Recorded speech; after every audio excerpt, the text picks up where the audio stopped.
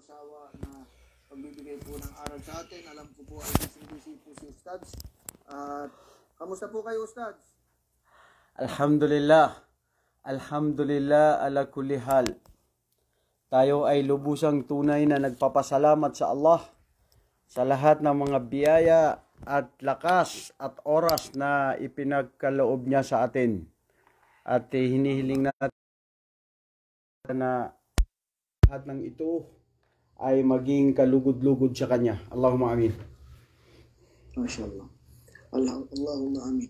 At Ustads, Kumusta kayo? Kumusta kayo, Sherhan? Alhamdulillah, Ustads. Ay okay naman po dito. Okay na po yung weather. Medyo papasok na po yung winter. At may mga konting mga movement lang dito katulad ng mga MashaAllah, nakita po ng mga nakita po natin na kung paano po mag-support sa yung support na pagpapakita ng pagmamahal sa Rasul sallallahu alaihi wasallam po ang bansang. May mga tindahan po dito na nagtanggal po ng mga paninda. May mga tindahan po dito na hindi na po pinapasok ng mga ibang Muslim. MashaAllah, yung agarang implementasyon po ng kumbaga tugon po sa mga scholar na naririnig na itong mga boycott. So MashaAllah, Ustad, inshallah, Ustad, saya napaka-importante nga talaga na mapag-aralan itong sira para alam ng mga Muslim kung saan ilalagay yung emosyon, yung galit, ano ba yung kanilang dapat na posisyon kung may mga nangyayaring ganito. Subhanallah, Ustads. Yan na nga may share natin dito. Sabi ko nga, Ustads, nakakatakot na paano na lang kapag nasa Pilipinas yung gumawa ng ganun, baka mawalan tayo ng ketchup. Ustads, Hindi nga, tama, correct. Walang papa-ketchup, Ustads, o ano man. So, kailangan talaga ang mga Pilipino-Muslim ngayon ay magsumikap na malaman ang buhay ng Rasul sallallahu alaihi wasallam at ipakita at isabuhay para wala na sino mang magtatangka ang umatake sa pagkatao ng Rasulullah. Ano po yung ma-advise nyo, Ustads? At mamaya, inshallah, alam namin ay punong-puno ng pag-aaral at malalaman namin ng mga mahalagang advice nyo po, inshallah. Alam mo, alam nyo mga kapatid, mga sisters, at saka mga bro, at kayo dyan sa Qatar, lalo na kayo na namumuno dyan sa itong programang ito, sa Al-Fanar.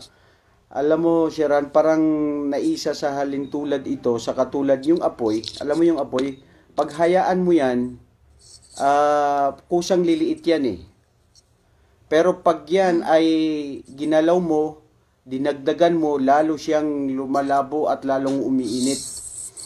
Itong si Propeta Muhammad alayhi salatu wasalam, anuman ang programa na gawin natin sa kanya, maski hindi natin ipagkwento, hindi natin ipalaganap, anuman ang plano ng kahit sino man sa atin mga Muslim at hindi mananampalataya katulad ng mga kufar, ang mga kalaban ng Islam, mananatili pa rin ito na siya ang tunay na itinalaga ng Allah na huling propeta na magtatagumpay. Isa sa kanyang mga pangalan ay Al-Hashir.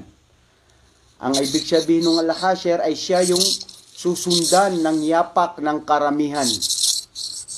At nakita natin ngayon, anuman ang panliliit nila kay Muhammad sallallahu alaihi wasallam, anuman ang kanilang mga pasinungalin sa kanya, pangungutya o paninira sa kanyang dangal, kasama pati ang kanyang pamilya, ay kailanman hindi magtatagumpay ang kahit sinong mga yan. Dahil siya, ang Allah, ang lumikha, wa huwa ala kulli shay'in qadir, wa ya'simuhu minan nas. Siya ang lumikha kay Muhammad, lumikha sa sanlibutan, na kaya niya gawin at plano niya ang anuman ng mangyayari at walang pwedeng makapagpigil kay Propeta sallallahu alaihi wasallam. Nakuha natin yung mga naunang talakayan natin, ang patungkol sa paninira sa kanya, pangungutya sa kanya, pagpapasakit sa kanya, at lahat ng mga yan hindi nagtagumpay. Subhanallah. Mananatili si Propeta sallallahu alaihi wasallam. Ito ang dahilan kung bakit bumaba ang inna a'atayna kal kautsar. Bumaba ang talatang ito, natuwa ang mga Quraysh, ang mga kuffar, na sinabi nila si Muhammad namatay ang kanyang anak na si Abdullah, at nauna pang namatay si Qasim, wala nang matitira ng mga anak niya na magtataguyod sa pangalan niya. Subhanallah, pero itinalaga ng Allah ang binigyan siya ng Kautsar. Ang isa sa ibig sabihin ng Kautsar ay ito yung bukod sa pinagkaisahan ng mga pantas na ito yung balunan sa araw ng paghukom, o whale na sabihin natin na ipinagkaloob lang kay Propeta sallallahu alaihi wasallam. Wala nang iba. Sa kanya lang ipinagkaloob. Sa lahat ng mga propeta. Siya lang. Ganun siya kamahal ng Allah. Li'annahu habibullah. Dahil siya ay mahal ng Allah. Wa khalilullah. Lahat na sa kanya. Wa khatimul anbiya al-mursalin. At bukod doon, makakainom doon ang tatamasa ang sinumang susunod sa kanyang yapak. At ang sinumang makainom doon ay kailanman hindi makakaramdam ng pagkauhaw. At patungkol pa rito, si Propeta sallallahu alaihi wasallam al-Kautsar, ibinigay sa kanya ng Allah ang lahat na hindi ipinagkaloob sa kahit sinumang mga propeta. Allahu Akbar. Siya ang huling propeta na unang papasok sa paraiso. Nakasama niya ang kanyang mga umma. Na kung sino ang kanyang mga umma na susunod sa kanya, gagawa sila ng mga gawain na isang mabuting gawain. Ang gantimpala nito ay gagawing 70 hanggang 700 na dami ng hasana na gagawin na ibibigay ng Allah. Siya ang propeta na magkasala ang sino mang magkasala sa kanyang mga umma na ipinagkalob sa kanila, isang kasalanan lang ang maisusulat. Pero pag gumawa ng kabutihan, 70 hanggang 700 na kabutihan na isusulat. At ito yung mga umman niya, si Propeta sallallahu alaihi wasallam, na anuman ang gawain nila na masama na hindi nila gawin, mayroon silang gantimpala. Ito ang propeta ng Allah subhanahu wa ta'ala na mananatili ang kanyang pangalan hanggang sa magunawang mundo. Hindi magiging ganap ang Muslim kung hindi mabigkas ang paniniwala at pagsaksi na siya ang huling sugo ng Allah. At siya ang propeta na magbibigay ng mamamagitan sa kahit sino man na gusto niyang bigyan ng mamamagitan sa kanyang mga mahal at kanyang mga umma, na hindi lang sila gumawa ng mga bid'a na pabago sa Islam. Si Propeta sallallahu alaihi wasallam, siya ang propeta na puprotektahan ng Allah. Mananatili ang kanyang pangalan. Kaya kalugian ang sino mang magmaliit sa kanya, mangutya sa kanya. Alam mo, hindi ko maintindihan. Itong mga to na nagsasalita patungkol sa kanya, wala silang kaalam-alam kay Muhammad. Ang naririnig nila kay Propeta sallallahu alaihi wasallam ay yung pag-asawa niya kay Aisha na 9 na taon na gulang. Marami siyang naging asawa. Ano yung mga turo niya na sinasabi nilang extreme? Hanggang doon lang sila eh. Pero hindi nila lubos na alam ang patungkol sa kanya, pero matindi at masidi ang galit nila kay Muhammad. Kasi ito ang mga pangitain ng mga kuffar. Ito ang mga pangitain na maiitim ang kanilang mga budhi na ayaw tanggapin ang katotohanan at ayaw nila kay Muhammad at ayaw nila sa mga propeta. Ngunit, inna sya'niyaka huwal abtar. O Muhammad, ayahan mo. Sino ang nagmamaliit sa iyo? Sino yung mga kumukutya sa iyo? Sila yung abtar. Sila yung kasawi ang palad. Sila yung putol ang kanilang anuman ang ugnayan nila dito sa mundo. Kasawi ang palad. Dito pa lang sa mundo, lalo na sa araw ng paghukom. Kaya si Muhammad sallallahu alaihi wasallam, ang mga anghel ng Allah, ang mga bato, ang mga hayop, ang mundo, pumupugay at pumupuri sa Allah at sila'y pumupugay kay Propeta Muhammad alaihi afdalu salatu wasalam. Subhanallah. makikita natin mga kapatid kung paano na lang itong nangyari na ito paulit-ulit eh. Naalala ko nung unang dating ko from Medina sa Marawi, nagrally kami doon, sinunog namin yung karikatur na ginawa nila sa Denmark at yung mga paulit-ulit yan eh. At hindi lang ito ngayon. Darating pa ang mga panahon na mas matindi pa ang pwede nilang sabihin kay Muhammad. Pero walang mababawas kay Propeta Muhammad sallallahu alaihi wasallam. Dahil poprotektahan siya ng Allah. At mananatili ang kanyang pangalan na pinupuri ng mga anghel at sila ay nagpupugay tumihingi ng salawat kay Propeta at ganun din ng Allah at ganun din ng mga Muslim. Kaya alhamdulillahilladzi hadana lil Islam walhamdulillahilladzi ja'alana min ummati Rasulillah sallallahu alaihi wasallam. Tayo ay lubusang mapalad ang sino man na sila ay kabilang sa umma ni Muhammad alaihi afdalu salatu wasalam. Alhamdulillah. Kaya mga Muslim, kayo na mga nakikinig, ang pagmamahal sa propeta ay ang pagsunod sa kanyang yapak, pagsunod sa kanyang turo. Yun lang ang dapat nating gawin. Alalahanin siya sa ating mga salawat. Dahil ang Allah subhanahu wa ta'ala, ang sino magsala, man salla alayhi wahidatan, sallallahu biha asyara. Ibig sabihin, magsallallahu alayhi wasallam ka lang ng isa, ang Allah at ang kanyang mga anghel, magbibigay sa iyo ng sala ng 10 beses. Ano yung sala nila? Ang pagpapatawad sa atin. Sallallahu alayhi wasallam. Alam mo, Sherhan, minsan na emotion tayo eh, okay? Hindi yan maiwasan eh. Dahil yung walang kalaban-laban, yung taong walang kasalanan, tapos ito pa kaya na hindi nila naabutan sa buhay nila, tapos nagsasalita ng mga ganitong mga uri ng mga pananalita na paninira. Allahu Akbar. Astaghfirullah wa tubu ilayh. Wa hada sunnatul qaum. Hindi natin yan magpakaila, may pagkaila at mangyayari yan. Jazakallah khairan Ustaz, dun po sa yung mashallah, sharing po Ustaz, mashallah. At tama po yung Ustaz na ng emosyon at nabanggit nyo po na wala sila talagang alam kung sino itong tao na kanilang sinisiraan. Puso't isipan nila, talagang wala silang choice kundi mahalin ang Prophet Muhammad sallallahu alaihi wasallam. At ito ang sekreto dyan, mga kapatid. O kayo na mga nagmamahal sa propeta sallallahu alaihi wasallam. Allahumma ja'alna min haula'i al-muhibbina li Rasulillahi alaihi salatu wasallam. Si propeta sallallahu alaihi wasallam, mananatili siya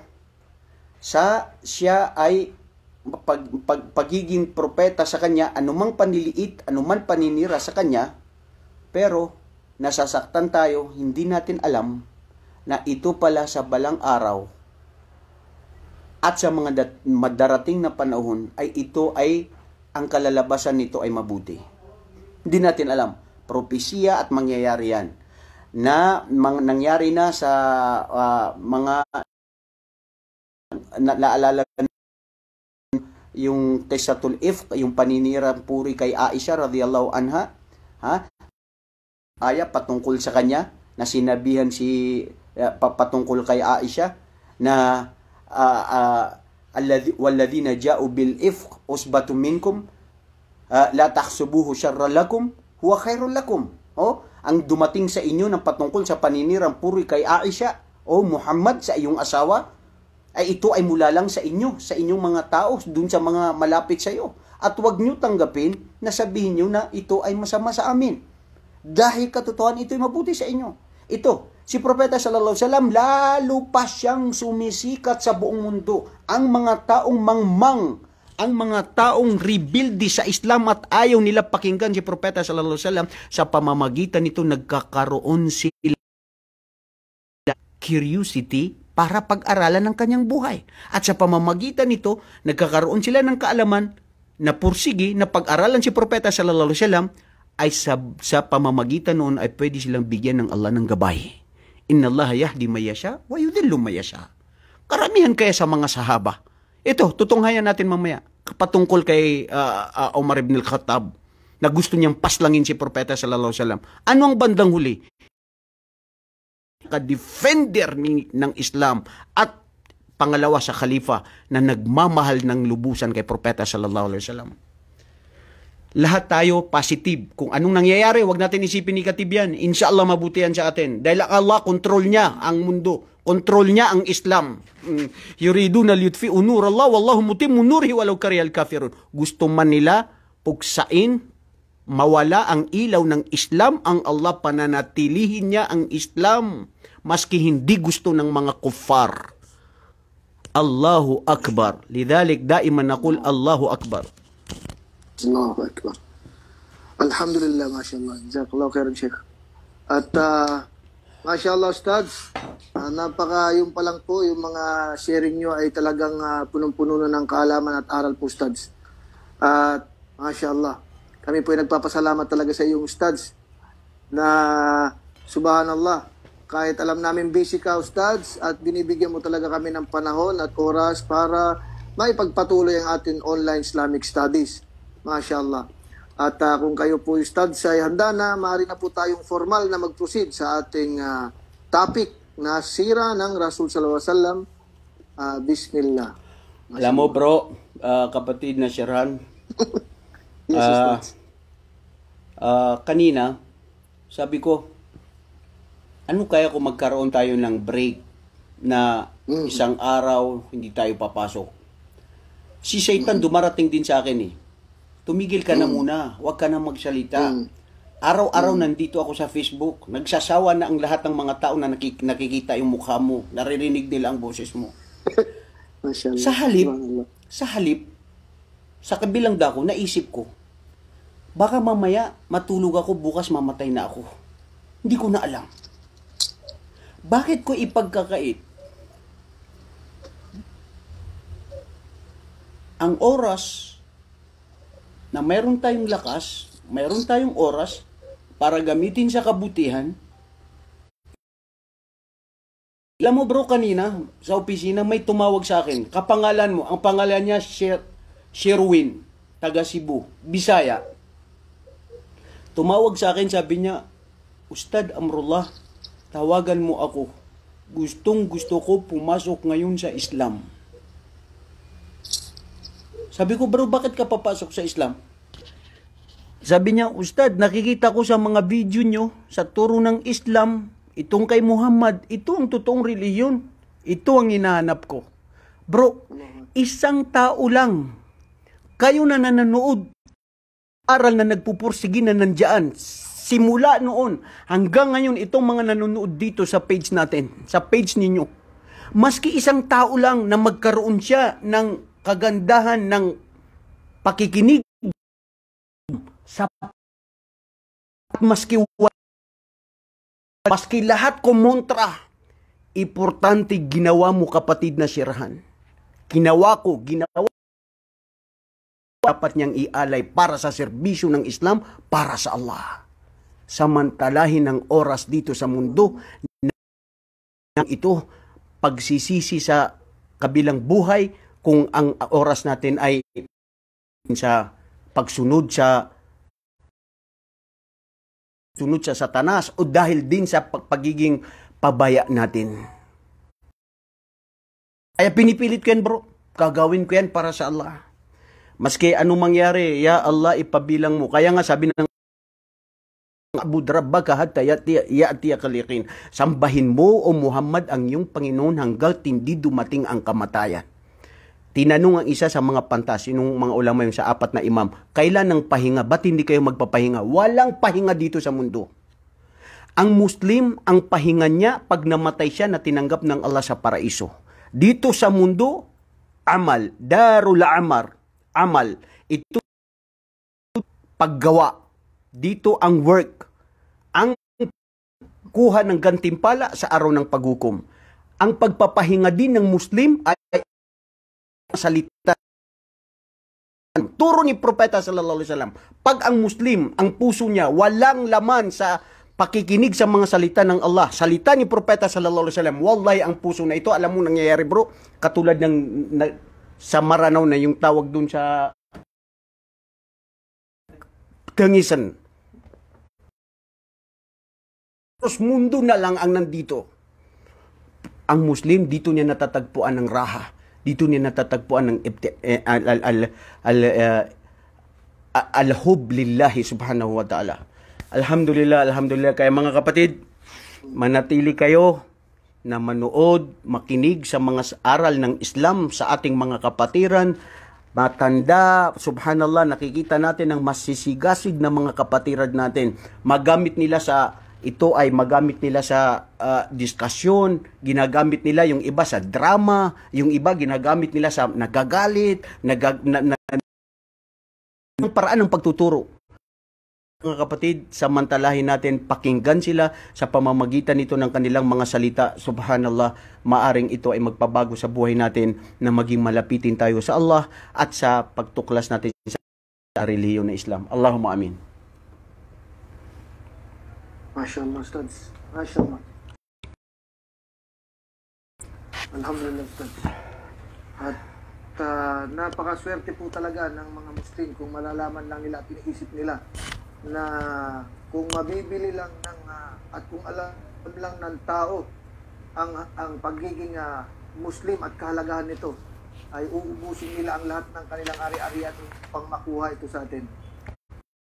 Biniyayaan tayo ng Islam ng Allah subhanahu wa ta'ala na libre.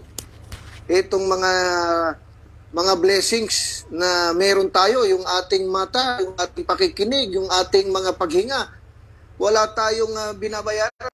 Ang dami ngayong ustaz na naghihingalo ng dahil sa COVID, pero tayo ay malusog, may kakayanan, may internet connection, at talagang hindi pa nabibigyan ng oras ang pag-aaral po ng iba, pero tayo alhamdulillah, ito po ay pilitin natin lahat na magamit ang kung anumang biyaya binigay sa atin ng Allah subhanahu wa ta'ala, dahil tulad ng sinabi niyo, natin alam kung kailan ito babawiin, at ang kamatayan ay hindi tayo aantayin na magtauba.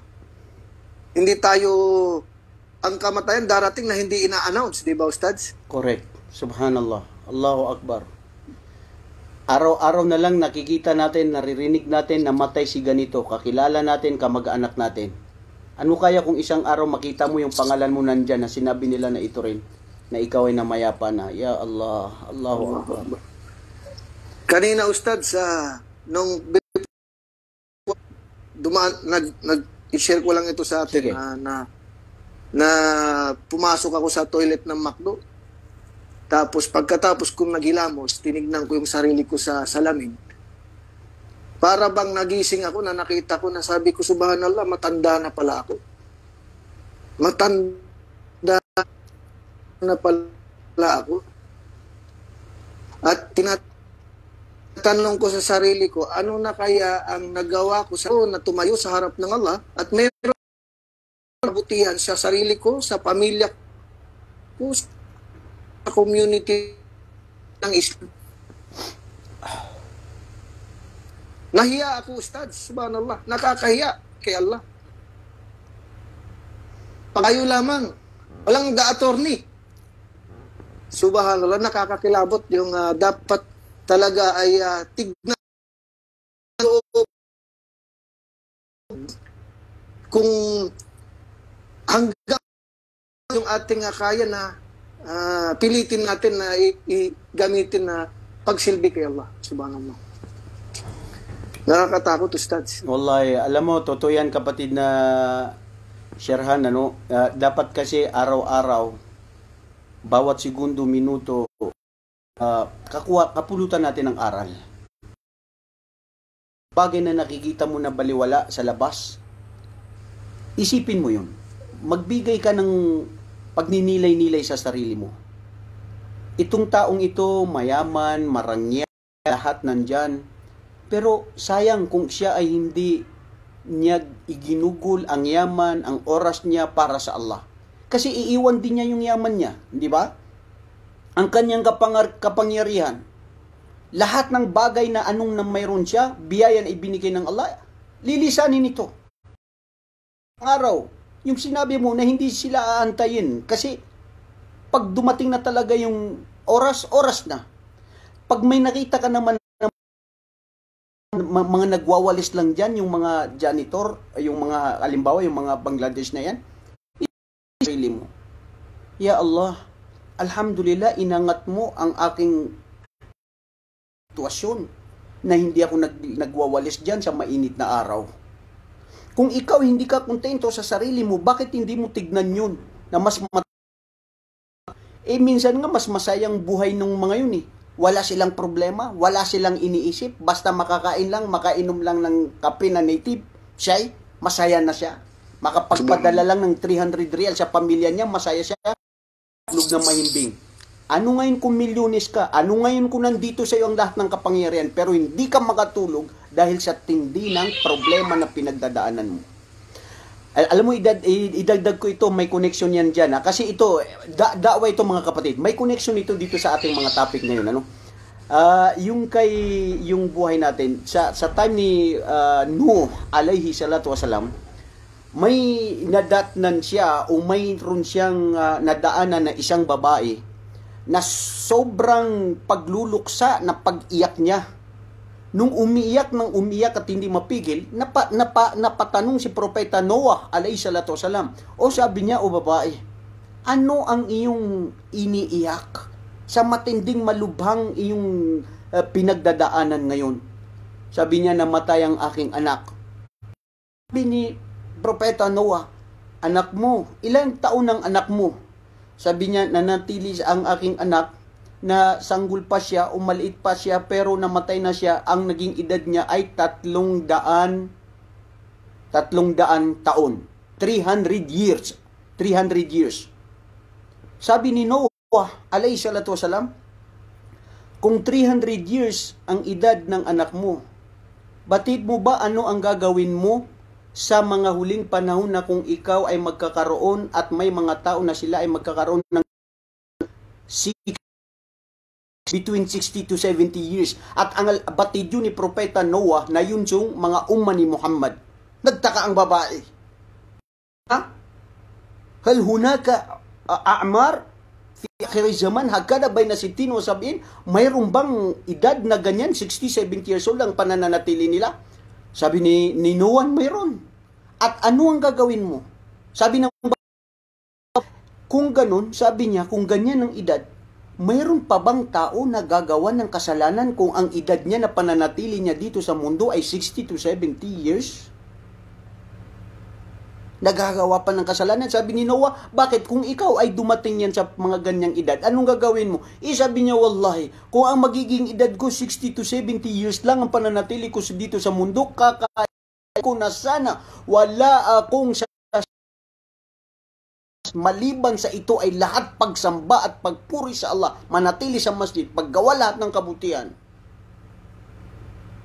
Allahu Akbar. Allahu Akbar. Nandito tayo between 60 and 70 years, pananatili natin dito. Pero, subhanallah, na nag-aaral na sa sarili ko, I'm talking about myself, I'm not talking about someone else. Akala ko na, tama na ako, baka marami na akong reward, pero sa totoo lang mga kapatid, kaya tayo nagpupursigi, kaya ako nagpupursigi kasi hindi ko rin alam tanggapin ito ng Allah. At least kahit papaano, lahat gawin natin, pagpursigi natin dahil ang Allah, siya lang ang tatanggap ng ating mga mabubuting gawain. Magsawa ang pinagdaanan ng mga propeta, tuloy-tuloy ka lang. Yuhasibuna ila yaumil qiyamah. Allahu Akbar. Subhanallah, subhanallah. At yan, kapatid na Sherhan. Mashallah. Jazakallah khairan po, Ustaz. Alam mo, bro, para matatapos na yung oras natin, 9:40. Magsimula na tayo. Bismillah, hindi tayo matatapos niyan. Diyan pa lang tayo sa ganyan, ha? Baka sabi ng mga nanonood sa atin, sabi niya at sa kanyang linya. Ganyan talaga ang buhay natin. Minsan nawawala tayo sa linya. Tao lang tayo, nagkakamali, nakakalimot. Hindi natin alam ang nangyayari. Hindi natin sabi pa, the reality of life is nothing goes according to plan. Alhamdulillah, wassalatu wassalamu ala rasulillah wa ala alihi wa ashabi amma ba'd. Assalamualaikum warahmatullahi ta'ala wabarakatuh. Mga kapatid, tayo ngayon ay dadako. Patuloy tayo sa ating aralin sa talambuhay ni Propeta Ngayon tayo ay nasa kabanata na kung saan sila unang paglalakbay o unang paglisan. Ito yung sinasabing hijrah. Minsan ang karamihan sa atin, akala natin ang hijrah ay yung hijrah lang ng propeta sallallahu alaihi wasallam na siya ay naghijrah mula Makkah patungo ng Madina. Pero hindi yun ang unang hijrah. Actually, ang unang hijrah sa Islam ay yung paghijrah ng pagpunta nila sa Habasha. Ito yung sa Ethiopia. Ang kanilang pagpunta sa Ethiopia ay dahil sa matinding parusa ng mga Quraysh, ng mga di mananampalataya kay Propeta Muhammad, 10 ng kanyang mga kasamahan.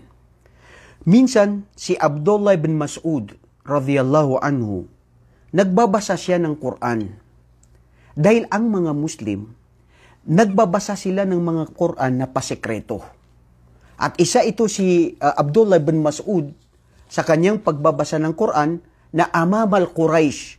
Ito minsan ay sa mga harap-harapan ng Quraysh kasi dito nga dumating na tayo sa kabanata na kung saan ay naging lantaran na ang pagtuturo. 3 taon pasekreto.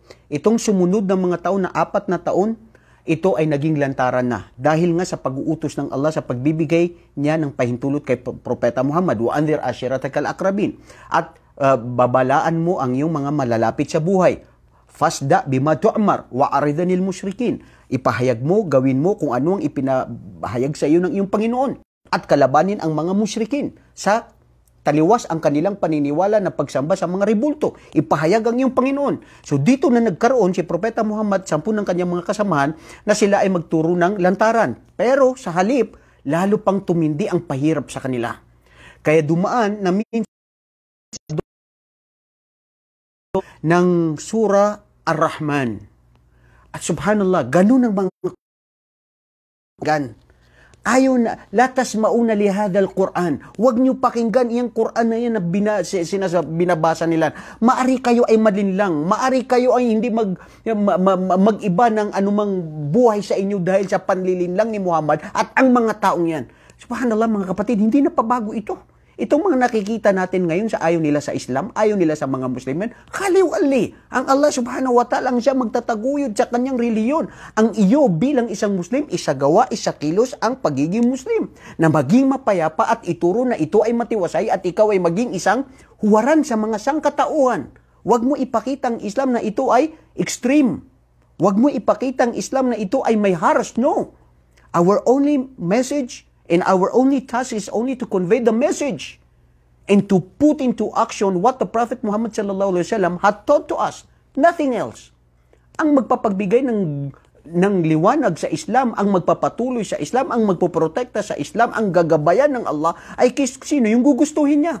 Hindi kung sino yung gusto natin. Si Propeta Muhammad, gabayan ng mismong tiyuhin niya na si Abu Talib. Ikaw pa kaya, tayo pa kaya, maliban sa kung sino ang papahintulutan ng Allah. Kaya, ganun na lamang. Sa taon ng 5, nag-utos si Propeta sallallahu alaihi wasallam na lumisan na sila at pumunsat sila sa Habasha. Bakit sa Habasha? Kasi sa Habasha, mayroong isang hari na kung tawagin na siya ay si An-Najashi. Si Najashi, Asyahim, ang pangalan niya si Asyahim al-Habasi, siya na makatarung hari na naniniwala sa kasulatan ni Hesukristo. Tunay na Kristiyano. Ano yun? Hindi. Tunay na naniniwala sa relihiyon ni Kristo. Kasi ang relihiyon ni Kristo naman hindi itong Christianity. Binigay lang ito na ibinagsag ng mga Kristiyano na itong sina Paul ang nagbigay ng founder kay Christian. Kasi si Hesukristo, siya si isa.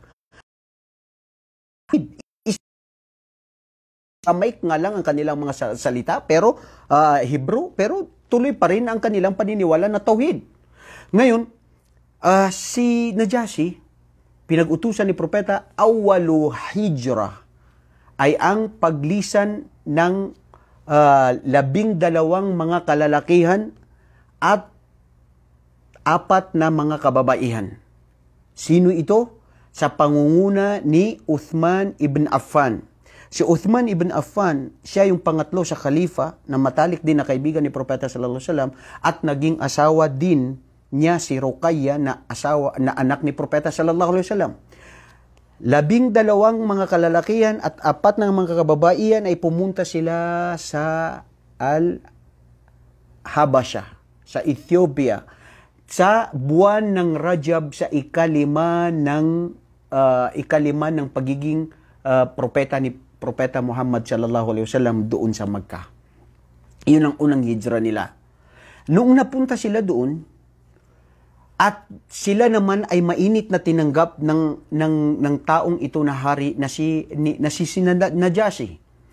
Hanggat sila ay hinabol ng sa kanilang paghahabol sa kanila, pero sa habag at tulong ng Allah ay sila ay hindi naabot dahil nga naligtas sila, nakasakay sila sa isang lugar, subhanallah, kung paano pahirap, mga kapatid. Sa Makkah wala tayong makikita na dagat. Pero dito sa history, sa Rahikul Maktum, makikita natin na dumating sila isang na nakita na may nasakyan silang barko o barko na sasakyan na pandagat papunta doon sa Habasha.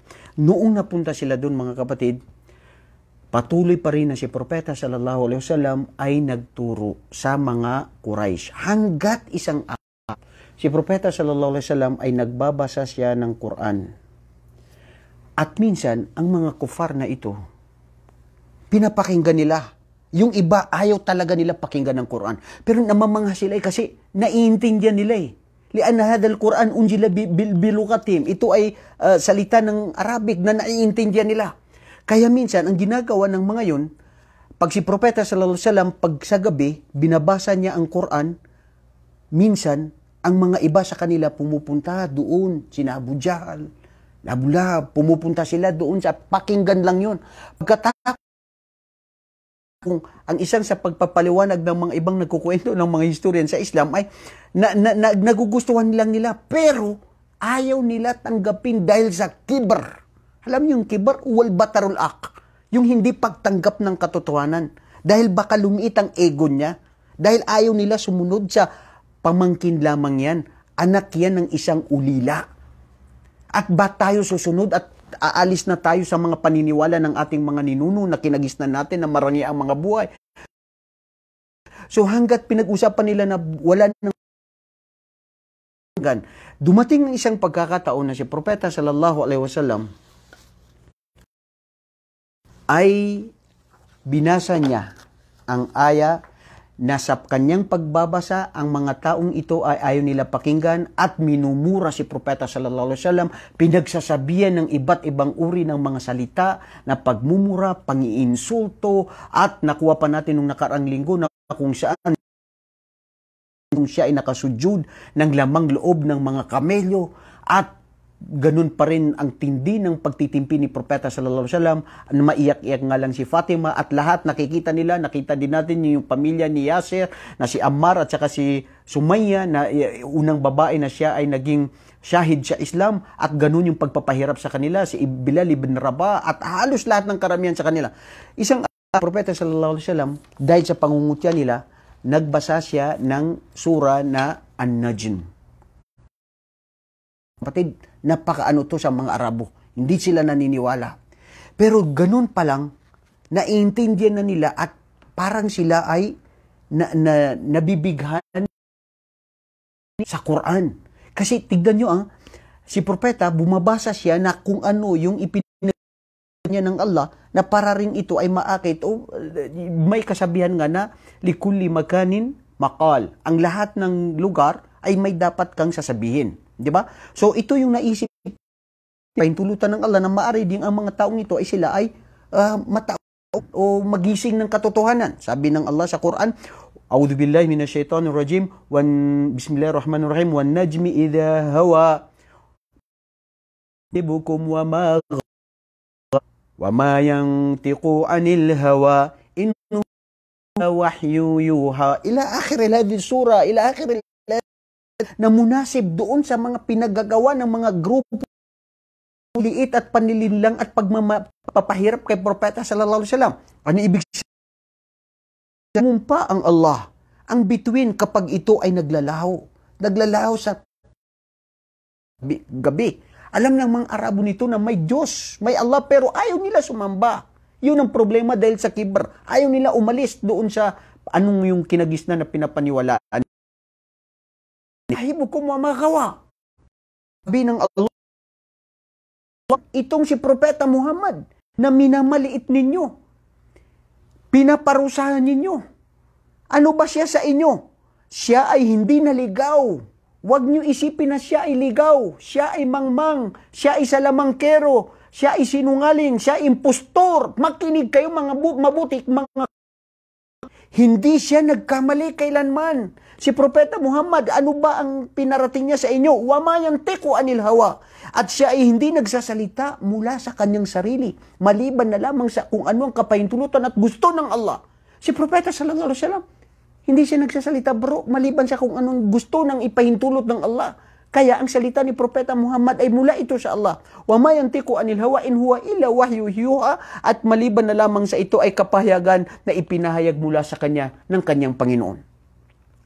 Subhanallah, napakataas mga ito dumating sa afara'aytumul lata wal subhanallah thalithat al-ukhra, kasi sila kasi Manat ang pinapaniwalaan ng mga ribultong ito dito sa Magka na idinala dito ng ni Abdullah bin Ubay na galing sa Yaman, kung dinala ribultong ito na ito ang nagpahamak sa kanila at paniniwala nila dito sa mga yan.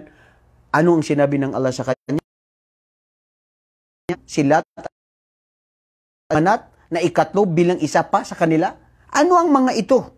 Alakum mudzakkar wa lakum untha, sabi ng ito yung challenge sa kanila eh. Wala pa sa inyo ang mga kalalakihan, kababayan na magpapatunaw na ang patungkol dito sa mga ipinadala kay Propeta sallallahu alaihi wasallam. Hanggat dumating mga kapatid ang patungkol at dito sa aya na ito na sinasabi ng Allah subhanahu wa ta'ala, fasjud lillahi wa'budu. Magsujud ka, magpatira ka Muhammad, at dahil sa kabig-habig kasagraduhan ng salita ng Allah sa hindi nila pagtanggap hanggat sila ay napasujud na rin, napatira pa sila. Ulitin mo, Ustad? Oo, napatira pa sila. Nagpatira sila sa katulad ng pagpapatira ni Propeta. Sabi ni Muhammad, naniwala na kayo sa salita ng Allah, sa itong turo na ipinarating ko sa inyo at kayo na rin ay nagsujud? Napasujud lang kami dahil naalaala namin yung mga ninuno natin at yung mga paniniwala nila kay Lat at saka si Uzza at saka si Manat. Kaya bilang respeto sa kanila, napasujud kami. Hindi kami napasujud dahil para sa iyo o para sa Billah. Astaghfirullah wa atubu ilayh. Tignan nyo ang tigas ng mga pananampalataya ng mga to na maski kayo pa rin tanggapin. Kasi nga mga kapatid, bakit? Ang magbibigay ng gabay ay ang Allah subhanahu wa ta'ala. Sa sino man ang naisin niya. At ang sino man hindi niya naisin na mabigyan ng gabay, nobody can guide you except Allah subhanahu wa ta'ala. At ito nga, nung nangyari ito mga kapatid, napabalita yung mga unang nag-migrate sa Habasha na ito ay sila ay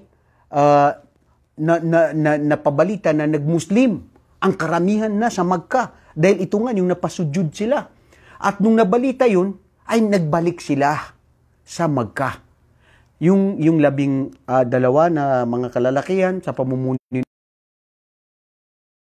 yun pala pagdating nila sa Magka, patuloy pa rin na hindi pala sila nagpasinungaling, hindi pa rin sila naniwala para lang akitin ang mga yun, para mabumalik sila, para matindi pa rin ang parusa patungkol sa parusa na pwedeng italaga ng mga ito sa kanila. At sila ay rin hanggat dumating ang isang pagkakataon na kung saan muli sa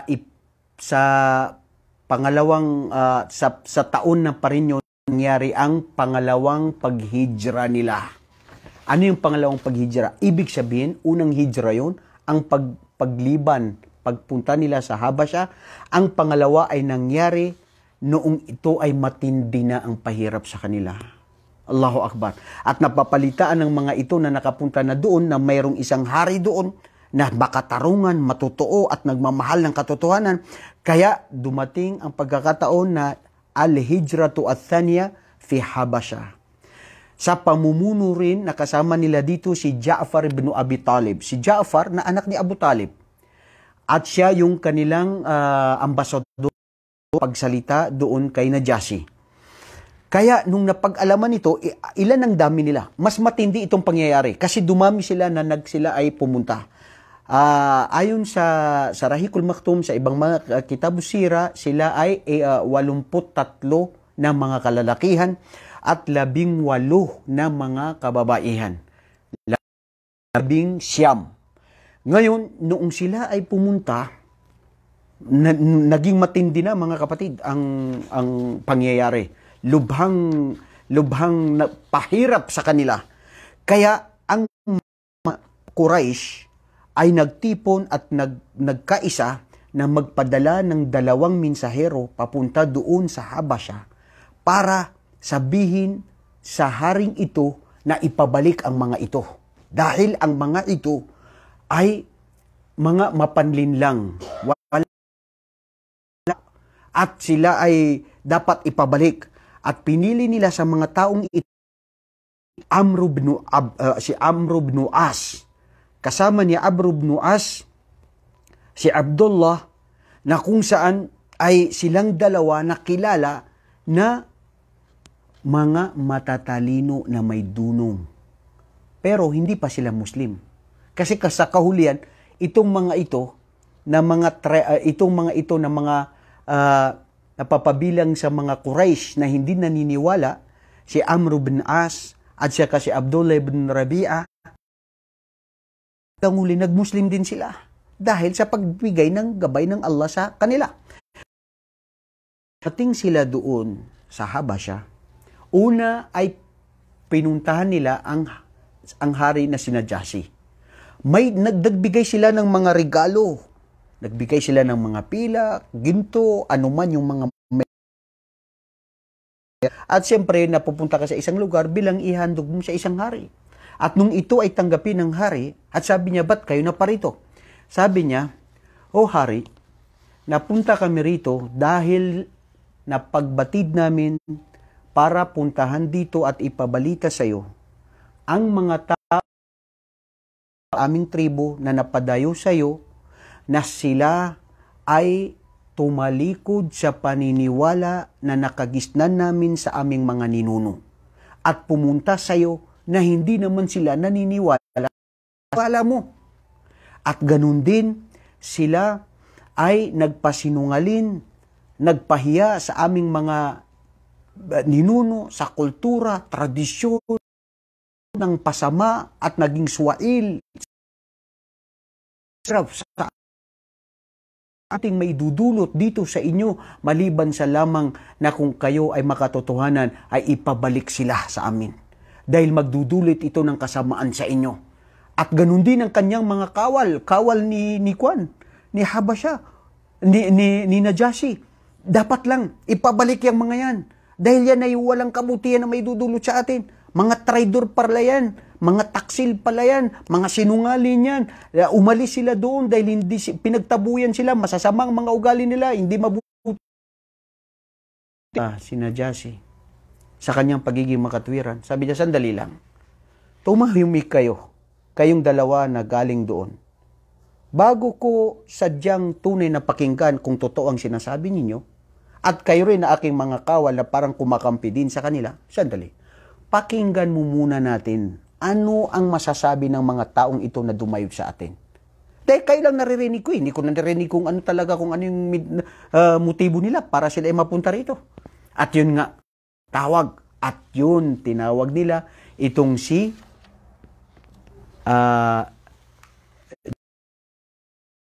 Ibn Abu Talib.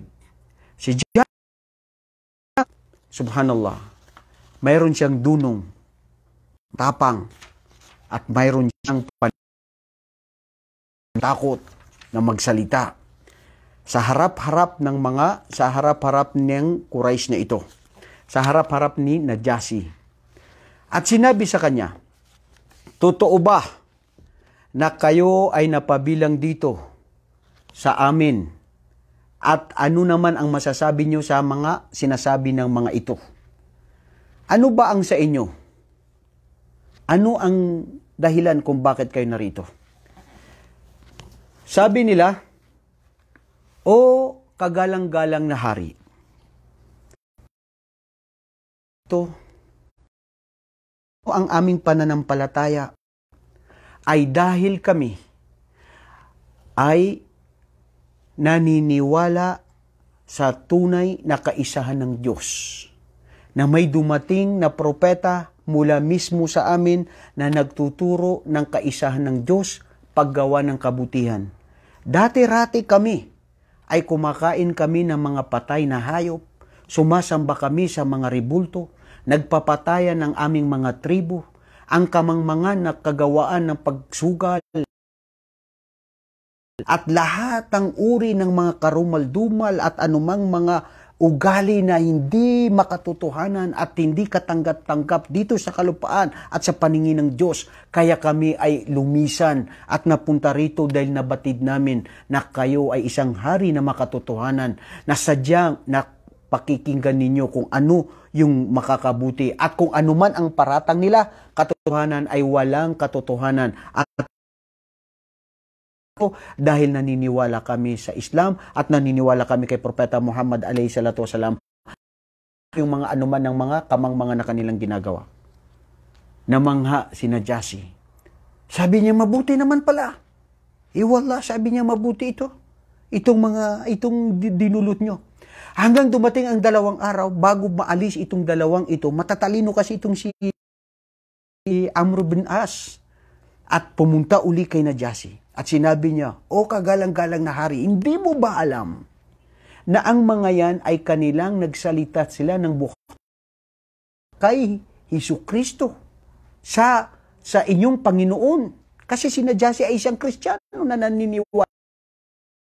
Pinatawag na naman uli itong si Ja'far bin Abu Talib at kanyang mga kasama at sinabi, parang sila ay nangamba na. Sabi nila, ito na naman ang uling pagkikita natin kay Najasi at magsasalita na naman siya. At anong sasabihin niyan? Alam mong sinabi ang panininigan ni Kasaman? BT1, hindi tayo susurrender maliban na lamang sa kung ano ang katotohanan, ang Islam, ang ating iparating, asyang magpapatutuo sa atin at huwag mo nang dagdagan. Nanindigan sila sa turo ng Islam, nanindigan sila sa turo ni Propeta Muhammad sallallahu alaihi wasallam at dumating na siya doon. At nung ito ay sabihin, ikaw ba, totoo ba na iniinsulto mo si Isa? Ano ba ang paniniwala ninyo patungkol dito kay Isa na anak ni Maria? Pinapaniwalaan ng Subhanallah mga kapatid, binasa ni Ja'far bin Abi Talib ang Suratul Maryam. Hain ya ain sad Dhikra rahmati rabbika abdahu Zakaria idh nada rabbahu nidaan qala rabbi inni wahana ila akhir hadil ayat. Kul kay Maryam at patungkol Isa na kanyang Maryam idintabadat min ahliha makanan syarqiyya fattakadat min dunim ila akhiril aya. At banggitin mo Muhammad sa kanila ang aklat na kasaysayan ni Maria na ito pamilya sa isang puok ng dako ng silangan. At doon dumating ang anghel na nagsabi ang anghel na magkakaroon ka ng iyong anak na mula ng kapangyarihan at kanyang kagustuhan, at magsasabi sa Maryam na walang nakagalaw sa akin at mangyayari anong mangyayari na ipinagkaloob ng Allah. At nagsalita ang sagot na inni Abdullah, inni Rasulullah, atani al-kitab, wa ja'alani nabiyya, wa ja'alani mubarakan aina ma kunt, at ako ay sugo na alipin ng Allah at sugo ng Allah at binigyan ako protektahan niya at kabutihan man ako maparoon ay bibigyan ako ng kabutihan sa pamamagitan ng pagturo ng kaisa ng Diyos at pagtulong sa kapwa. Ito, subhanallah, nung narinig ito ni Najasi, naiyak. Sabi niya, wallah, katotohanan, anuman ang lahat ng sinabi mo, Ja'far bin Abi Talib, Yan ang lahat ng yan ay walang dagdag, walang pagkukulang sa tugma na turo ni Isa ibn Maryam. Sa aking paniniwala. Tignan nyo. Kung tutunghayan ang mga Kristiyano na nakikinig at nanonood ngayon, basahin nyo ang Biblia. Lubusin yung basahin. Intindihin nyo yan mabuti. Turo yan ang kaisa ng Diyos. Pagpapakukupkup, pagtalim sa Allah, sa tunay na nag-isang Diyos. Doon mismo, sa pamamagitan ng paniniwala na ipaidala sa kay Hesus Kristo, doon naniniwala si Najasi at doon nga siya nagabayan ng Allah. Kaya nung siya huli, namatay siya, na pag-alaman ni Propeta sallallahu alaihi wasallam, sala alahi al-ghaib. Si Propeta sallallahu alaihi wasallam ay nagsala siya ng ghaib sa kanya dahil nagpasaksi na siya ay naging Muslim nga si Najasi. At nung napag-alaman nito ni Najasi, sabi niya doon sa dalawa, magsibalik kayo sa inyong lugar. Sabi niya doon sa mga tauhan, yung kanilang mga ipinabigay na mga regalo, wala ko ilabot sa kanilang mga regalo. Ibigay yan sa kanila. Ano, nakukuha ko ng regalo? Kasinungalingan, kamangmangan,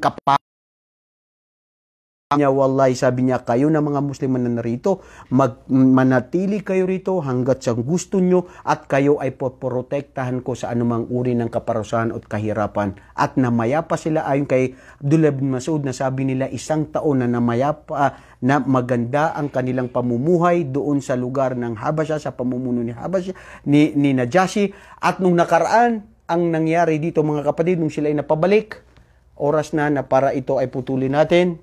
Inshallah, itutuloy na naman uli natin ito sa susunod na ating pagtitipon. Inshallah, sa susunod na linggo o sa susunod na araw ng Tuesday.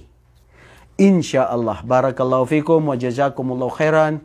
At yan ang maraming aral na mapupulot natin dito kay... Teka lang, subhanallah. Pwede niyo ako bigyan ng... Ay, hindi, kasi bitin din to eh. Kasi dito sa taon na ito, mga kapatid, dito rin nag-Muslim. At ang mas maganda, kasi alam ko maski 5 minutes, bitin tayo kung itutuloy ko ito. Inshallah sa next week na lang. Kasi oras na para ito ay open natin sa ating mga question and answer. At kahabagan kayo ng Allah, kalugdan tayo. At paramihin ang ating ang kaalaman sa Islam. Bismillah.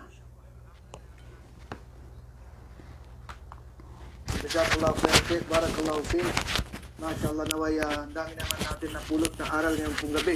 At mashallah, on point po lahat, mashallah, na natunghayan natin kung paano po yung mga ugali ng sahaba na kung saan kahit sino ang kanilang kaharap ay hindi sila nagbabago. Correct. Ng kanilang tayo. Mm-hmm. Na minsan kasi pagka malaking tao yan, ang matitem ka, na mag-adjust kumbaga, pero nakikita natin kung paano tumindig ang mga sahaba sa mga malalaking tao na hindi talaga sila nag-compromise ng kanilang iman at kaalaman, subhanallah. At pag yan ay naging resulta. At pag yan ay yan ang naging katangian natin. Wallahi, kapatid na Sherhan. Yan ang nakamute po. At pag yan ay naging paninindigan natin sa ating buhay, ang pagiging makakatotohanan ang siyang magbibigay sa atin ng tagumpay at kaligtasan sa mundo, lalo na sa araw ng paghukom. Never compromise ka kahit anong mangyari. Manindigan ka kung anong tama, anong Quran, anong turo ni Propeta sallallahu alaihi wasallam. Maski anong maputol man ang ulo mo, panindigan. Huwag ka magkafir. Huwag mo ibenta ang reliyon mo. Huwag mo isurrender ang anuman. Tingnan mo yung mga nangyari sa mga sahaba na yan. Isinurrender ba nila ang mundo nila, mga kapatid? Isinurrender ba nila ang kanilang pananampalataya? Wala. Dahil nandoon sa tunay na paninindigan sa Islam, pagmamahal sa propeta at sa Allah subhanahu wa ta'ala. Mashallah. Hilingin natin kay Allah subhanahu wa ta'ala na subhanallah, yung tindig po natin ay makatotohanan at yung parang magampanan po talaga natin. Kasi Ustads, pagka talaga ang isang Muslim ay hindi siya naluto o hindi niya pinatibay ang kanyang iman, ay maaaring madala siya sa mga kaalaman na ay mag-a-adjust muna ako, magtatawbat na lang ako. No, may mga ganun na pangyayari, Ustads. Minsan bro, may mga kapatiran natin, subhanallah, nakakamanga. Mga balik Islam pa yun, yung iba sa kanila. Wallahi, sabi nila, ibigay man sa amin ng mundo, lahat ng mundo, hindi ko ipagpapalit ang Islam. Ito ang tunay na yaman ko, ang Islam. Subhanallah. Subhanallah, Ustaz. Allahu Akbar. Mashallah. Matindi. Mga kapatid, kasi yan eh. An syaraha sadrahu lil Islam. Sabi ng Allah, ang sino man bibigyan ng gabay ng Allah, puso ang Islam, wajala fi nurihi, at ito ay bibigyan ng liwanag ang kanyang puso at hindi ipagpapalit. Wala siyang katatakutan maliban na lamang sa Allah. La yakhafuna lawmata lalai. Ang mga sahaba, yan ang mga taong tunay na naninindig. Yan ang mga taong nagmamahal kay Propeta sallallahu alaihi wasallam. Ano man ang gawin nila kay Propeta, mananatili siya na siya ay rahmatan lil alamin.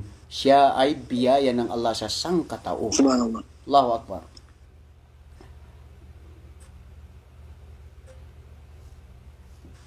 Narinig po ba natin si Ustaz? Nawawala yata yung audio ni Ustaz. Nawawala Okay yung na ba? audio ko?